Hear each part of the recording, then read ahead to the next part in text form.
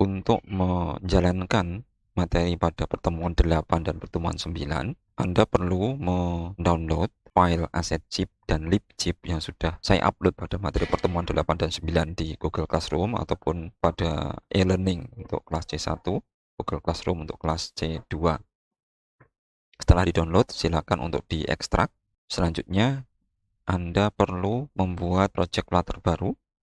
Ya, kita ada dengan file new, kemudian new Flutter project. Setelah itu kemudian di Flutter SDK path, jika ini masih kosong, maka silakan untuk klik pada button dengan 3 titik ini. Kemudian select folder yang berisi Flutter SDK. Setelah itu klik next. Di sini silakan untuk berikan nama sesuai dengan yang Anda kehendaki. Di sini saya menggunakan Resepi Media. Ya, ini juga bebas untuk organization, kompusan. Kemudian silakan untuk diklik diaktifkan pada Windows. Ya. Kadang kita tidak bisa mengaktifkan Windows di sini. Bagi yang bisa mengaktifkan, silahkan diklik seperti ini. Bagi yang tidak bisa, maka nanti kita akan menambahkan platform Windows pada project yang sudah kita buat. Atau klik finish. Kemudian this Windows, artinya project yang sedang terbuka ini akan ditutup dan project baru kita akan dibuka. Oke, kemudian kita tes aplikasi kita apakah sudah bisa berjalan dengan baik. Ya, kita gunakan Windows Desktop. Nah, tentunya ini tidak bisa karena tadi di dalam pembuatan proyek baru kita tidak mengaktifkan Windows. Dan di sini kita lihat pada proyek ini yang ada adalah folder iOS dan Android. Ya. Artinya ini target platformnya adalah iOS dan Android. Supaya bisa kita build sebagai Windows aplikasi, maka kita harus menambahkan target platform yaitu Windows. Untuk itu kita klik pada terminal ini. Akan dibuka terminal pada folder project kita. Di sini kita jalankan perintah Flutter, create, opsinya platform. Jadi untuk project yang sudah berjalan dan kemudian kita ingin menambahkan target platform yang lain, maka kita jalankan perintah ini pada folder project kita. Sama dengan Windows dan kemudian spasi dan titik, kemudian enter. Nah, secara otomatis akan dibuatkan folder Windows di sini untuk melakukan build aplikasi Windows. Di sini belum muncul, kita bisa tutup dan buka lagi, maka kita akan mendapatkan satu folder Windows di sini sehingga bertambah satu target platform yaitu Windows aplikasi. Oke, sekarang kita jalankan Windows Desktop ini, aplikasi kita.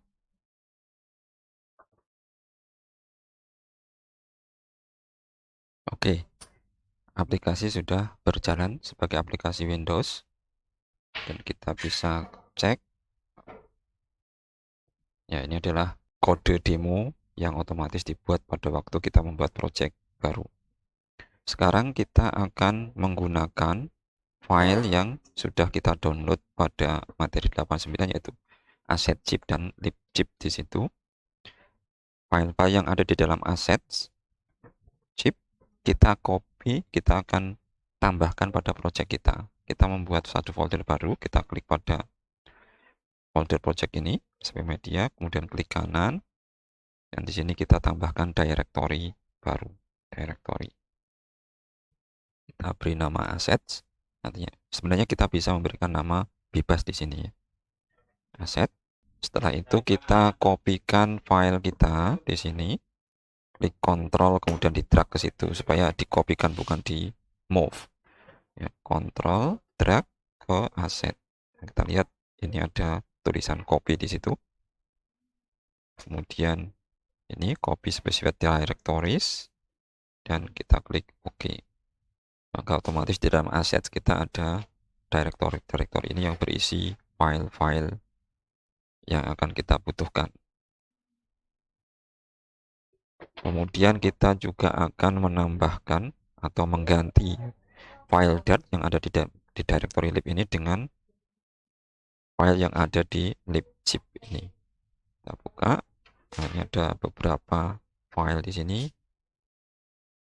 Sama, kita select, kemudian kontrol, kita drag ke folder lib. Di sini juga diperintahkan ada copy specified file and directories, kemudian kita klik OK. Nah, di sini karena main.dart sudah ada, maka di sini ada perintah untuk overwrite. Kita klik overwrite, sehingga main.dart juga jadi berubah. Jadi ya di sini custom theme.dart merah, artinya ada error. Ya, kita buka di sini. Ya, di sini pada import ini masih error. Ya, itu harus kita lakukan perubahan pada file paspec YAML. Oke, kita sudah mengganti file pada directory lib dan juga menambahkan aset pada project kita. Di sini ada directory yaitu komponen dengan card1, card2, card3, dart. Jadi kita bisa memanage file-file dart kita dan menambahkan folder baru di dalam folder lib ini, sehingga kita bisa mengelompokkan file dart kita atau modul dart kita pada sesuai dengan fungsi masing-masing. Di sini import Google Fonts ini merah error karena dia bukan library yang memang sudah ada di dalam framework Flutter SDK. Dia adalah library eksternal. Untuk itu kita harus menambahkan library ini pada project kita. Juga ketika kita hendak menggunakan, ya sudah ada pada materi yang sebelumnya, aset misalnya untuk gambar atau mungkin data seperti ini yang hendak kita gunakan pada project atau aplikasi kita, maka kita juga perlu meregistrasikan di dalam project kita. Untuk itu kita melakukan editing pada file pubspec YAML ini. Nah, agar Google Fonts dikenal di sini, Google Fonts ini, maka kita harus tambahkan sebagai dependencies di pubspec YAML ini. Di sini dependencies Flutter SDK sudah otomatis dimasukkan di sini. Kemudian ada Cupertino icons, ini icon yang untuk aplikasi dengan style iOS. Nah, kita tambahkan di bawahnya di sini Google. Nah, di sini kalau kita lihat ada beberapa pilihan Google Fonts, bisa kita klik. Kemudian tanda ini adalah up, ya, artinya mulai dari versi, ya, kita tambahkan 2.1.0. Ya, versi yang terakhir adalah 3.0.1. Tapi di sini kita akan menggunakan versi yang sebelumnya, sehingga lebih fleksibel. Google Fonts ini, kalau kita lihat pada Google Font,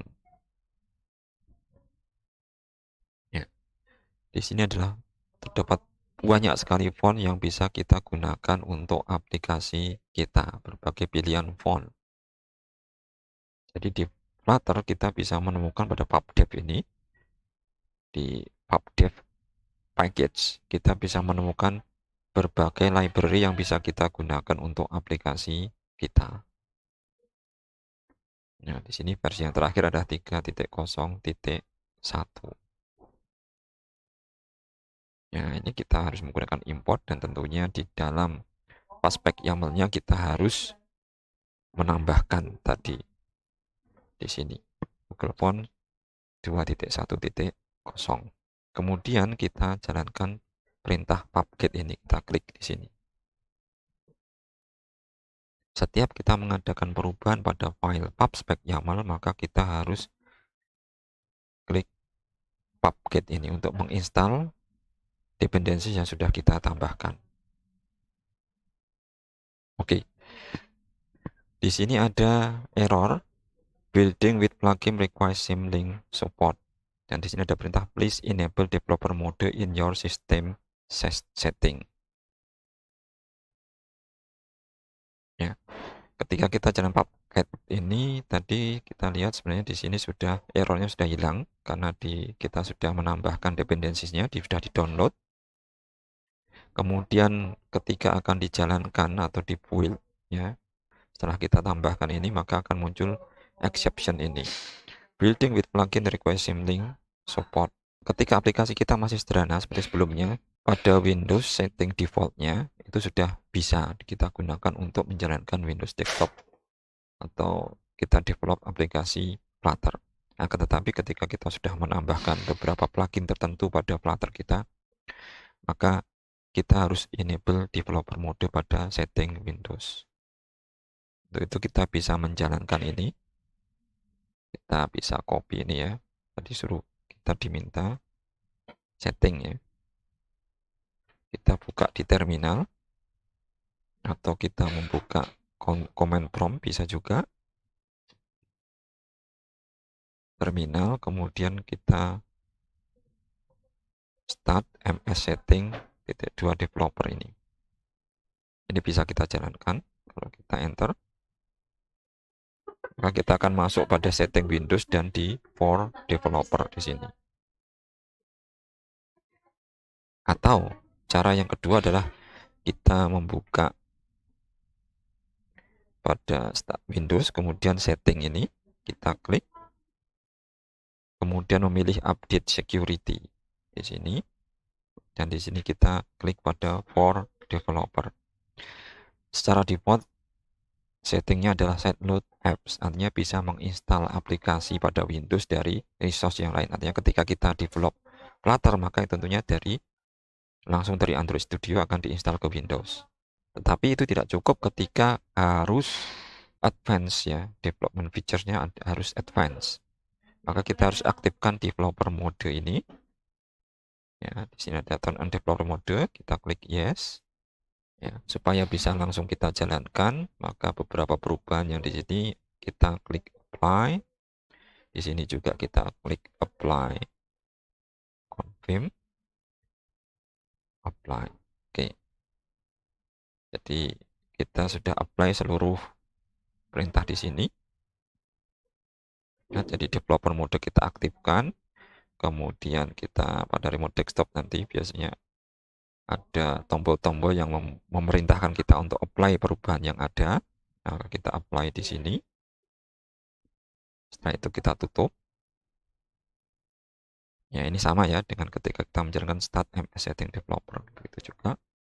Kemudian baru kita bisa jalankan aplikasi kita lagi.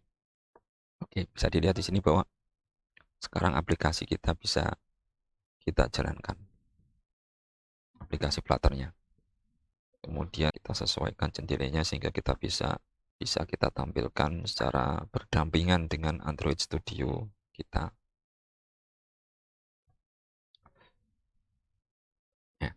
Dengan menampilkan secara berdampingan seperti ini, maka kita bisa langsung melihat hasil dari kode yang kita tambahkan di project kita. Jadi kita tidak perlu stop kemudian jalankan ulang, akan tetapi langsung kita melakukan, kalau kita save otomatis akan di hot reload, atau kalau perubahannya besar maka kita bisa hot restart.